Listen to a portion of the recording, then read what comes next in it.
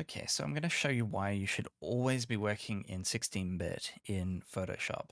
Here I have a 8-bit Photoshop file, and to just demonstrate what the difference is between 8-bit and 16-bit, I'm going to grab a gradient, and first I'm just going to turn dither back on because I turned it off a moment ago. And we can see our gradient here, and it looks fine. Now, the problem will become when we start to add a levels adjustment or any kind of adjustment on top of it. And if we modify our image like this and we bring the shadows or the black point up and the white point down like this, we're going to start seeing the banding. And if I zoom in, you'll see it kind of looks a bit noisy through here, and that's the dithering that's been applied. So if I create another layer and I will turn dither off, and we'll draw that same gradient.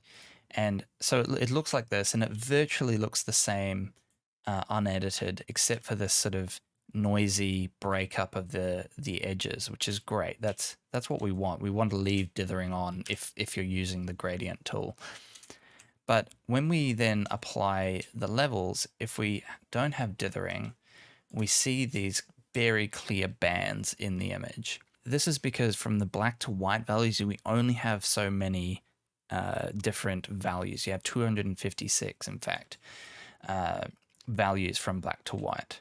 Now, if we switch this image to 16-bit, it's not going to resample this image because it doesn't know what to do with the information in between these bands. But if I draw another gradient on top, it's going to draw a 16-bit gradient on top. And you can immediately see as I draw that, it becomes smoother. And if we zoom in, we can see these lines. And if I turn that 16-bit version off, we get approximately twice as many lines with it on.